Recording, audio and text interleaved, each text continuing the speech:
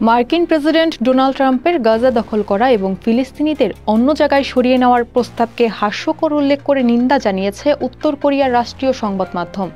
আজ বুধবার এক মন্তব্য প্রতিবেদনে এই নিন্দা জানানো হয়েছে। উত্তর কোরিয়ার রাষ্ট্রীয় বার্তা সংস্থা কোরিয়ান সেন্ট্রাল নিউজ এজেন্সি এই মন্তব্যে সরাসরি ট্রাম্পের নাম উল্লেখ না করে বলা হয়েছে, নিরাপত্তা ও শান্তির জন্য ফিলিস্তিনিদের মনে যে ক্ষীণ আশা বেঁচে ছিল তা ওই প্রস্তাবের কারণে ভেঙে যাচ্ছে। KCNA এর ওই মন্তব্য প্রতিবেদনে বলা হয়, যুক্তরাষ্ট্রের উত্তাপে বিশ্ব এখন জব সেদ্ধ করার পাত্রের মতো ফুটছে। ট্রাম্প প্রশাসন পানামা খাল এবং গ্রিনল্যান্ড দখলের যে আহ্বান জানিয়েছে তা নিয়ে KCNA এর ওই মন্তব্য প্রতিবেদনের সমালোচনা করা হয়েছে।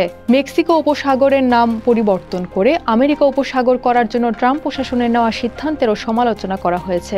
KCNA এর প্রতিবেদনে বলা হয়েছে, যুক্তরাষ্ট্রের উচিত তাদের কলানুক্রমিক বিভ্রান্তি থেকে জেগে ওঠা এবং অবিলম্বে অন্য দেশ ও জনগণের মর্যাদা ও সার্বভৌমত্ব লঙ্ঘন বন্ধ করা। একই সঙ্গে যুক্তরাষ্ট্রকে চাঁদাবাজ বলেও অভিহিত করা হয়েছে। ট্রাম্প তার প্রথম মেয়াদে উত্তর কোরিয়ান নেতা কিম জং উনের সঙ্গে নজিরবিহীন বৈঠক করেছিলেন। সে সময় তিনি তাদের ব্যক্তিগত সম্পর্কের কথাও তুলে ধরেছিলেন।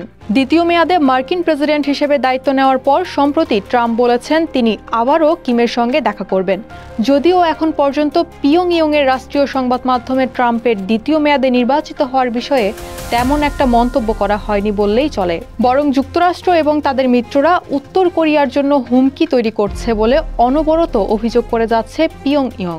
উত্তর কোরিয়া প্রায়ই আন্তর্জাতিক বিষয়ে পশ্চিমা দৃষ্টিভঙ্গির বিরুদ্ধে কথা বলে। তারা গাজা পরিস্থিতি নিয়ে সোচ্চার। গাজায় রক্তপাতের জন্য ইসরায়েলকে দায়ী করে উত্তর কোরিয়া, আর এ কাজে যুক্তরাষ্ট্র সহযোগীর ভূমিকা পালন করছে বলে অভিযোগ তাদের।